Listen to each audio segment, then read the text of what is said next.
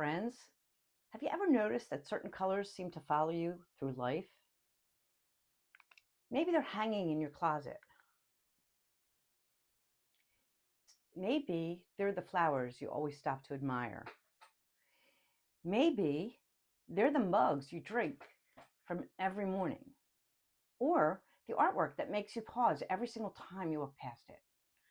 Have you ever wondered, why do I keep choosing this color? Most people think it's just personal preference, but I don't think that's true. After more than 40 years working with textiles, dyeing fabric, designing clothes, and watching women choose color over and over again, I have come to believe something very different. I believe the colors that call to us are often trying to tell us something. They're not random. They're a conversation. And today, I want to show you why.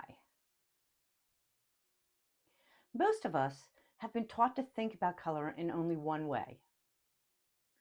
Does it match? Is it fashionable? Does it make me look younger? Is it flattering? Okay, so those questions aren't wrong, but they're simply incomplete, because long before color becomes something we wear, it's something we feel. Think about it. Have you ever walked into a room painted a certain color and immediately relaxed? Or picked up a sweater and felt comfort before you even tried it on?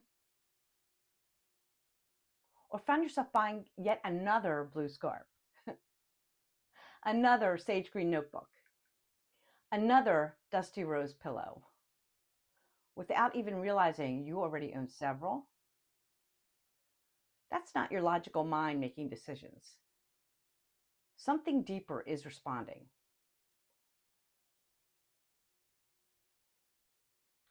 One of my favorite things to notice is how color repeats itself.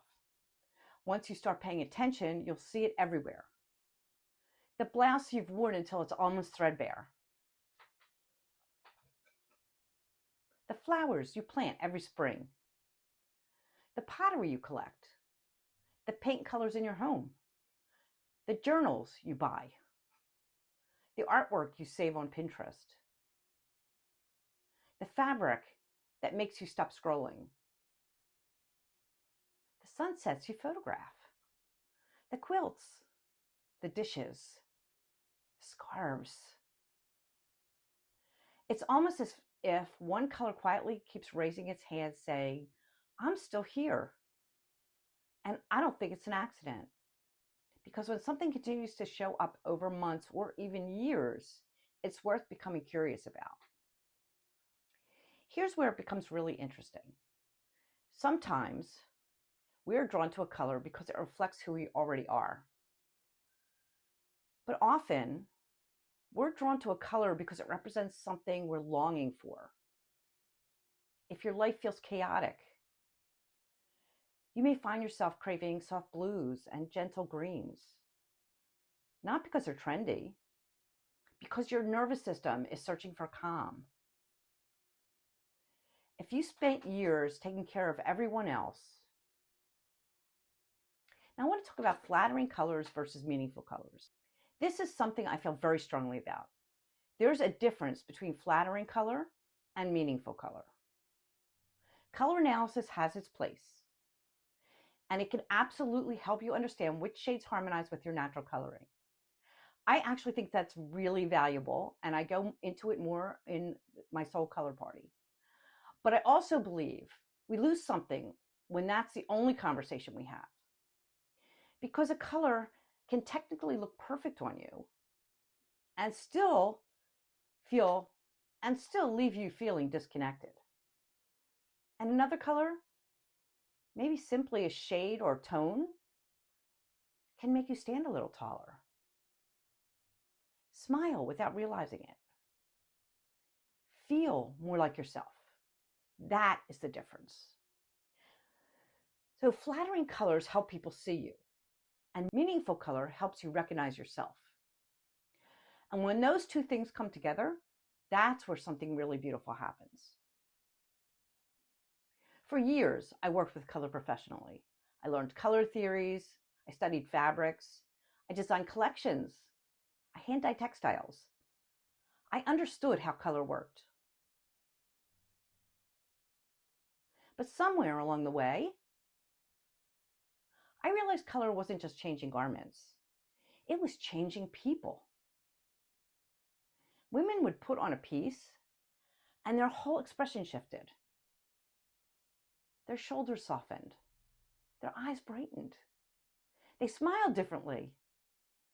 Not because they suddenly looked different, because they felt different. That's when I stopped thinking of color as decoration and started seeing it as a language.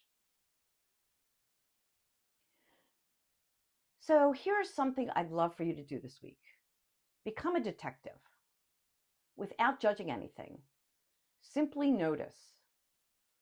What colors are already surrounding you? Open your closet. Look around your home.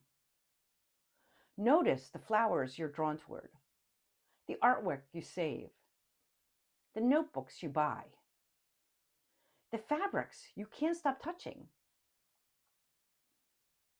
the clothing you wear when nobody else is telling you what you should wear. So instead of asking, do I look good in this? Try something different. Let's try asking, what is this color helping me feel? Or maybe ask, what part of me is this color trying to awaken? Those colors can open doors that fashion advice never could. I don't believe our deepest selves communicate only through words. Sometimes they whisper through intuition, sometimes through creativity, sometimes through beauty, and sometimes they speak through color. Before we understand why, our soul often recognizes exactly what it needs. That's why I say your soul color isn't something you choose. It's something you remember. If this conversation resonated with you, I would love to invite you to take my free soul color quiz. This isn't about putting you into a fashion category. It's about discovering the color archetype that may be calling you forward in this season of your life. You're going to discover how your relationship with color reflects who you are, what you're longing for, and where your creativity wants to take you next. I will leave the link in the description below. Thank you so much for spending this time with me today. And until next time, pay attention to the colors that keep finding you. They may know something your heart has been trying to remember all along.